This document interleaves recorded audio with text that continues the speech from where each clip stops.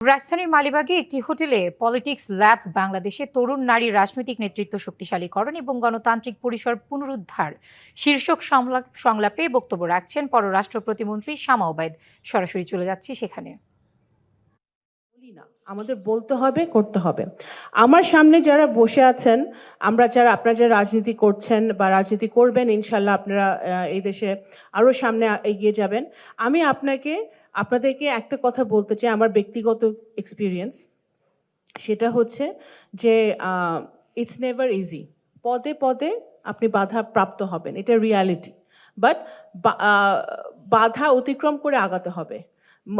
চামড়াটা একেবারে গন্ডারের চামড়া করতে হবে, সোজা হিসাব। আপনি গন্ডারের চামড়া না করলে, আপনি দেখেন আগে নারীদেরকে ইভটিজিং বিভিন্নভাবে ছোট করা, এটা অবহেলা করা, এগুলো হতো। এখন শুরু হয়েছে ডিজিটাল হ্যারাসমেন্ট, আরেক ধাপ এগিয়ে এআই ব্যবহার করে বিভিন্নভাবে নারীদেরকে হ্যারাসমেন্ট করা হচ্ছে। যারা রাজনীতি করে তাদেরকে হ্যারাস করা হচ্ছে, যারা অনলাইনে ব্যবসা বাণিজ্য করে তাদেরকে হ্যারাস করা হচ্ছে, বিভিন্নভাবে কিন্তু হ্যারাস করা হচ্ছে। নগদ নিয়ে এলো হার না মানা হার অফার। সর্বনিম্ন 10,000 টাকা রেমিটেন্স নগদে পাঠালে থাকছে স্বর্ণের হার জেতার সুযোগ। এই জিনিসগুলো মোকাবেলা করতে হলে আমরা একা পারবো না, রাষ্ট্রের কিছু দায়িত্ব আছে, সরকারেরও কিছু দায়িত্ব আছে, এবং রাষ্ট্র এবং সরকার সেই দায়িত্বগুলো পালনের জন্য চেষ্টা করছে। আমি যখন বিদেশে পড়াশোনা করেছি, আমি কম্পিউটার সায়েন্সে আমি পড়াশোনা করেছি, আমি বিদেশে চাকরি করেছি। তারপর যখন আমি ফেরত এসে অনেক আগে আমার বাবার, আপনারা জানেন যে রাজনীতি করতেন, উনি বিএনপির মহাসচিব ছিলেন।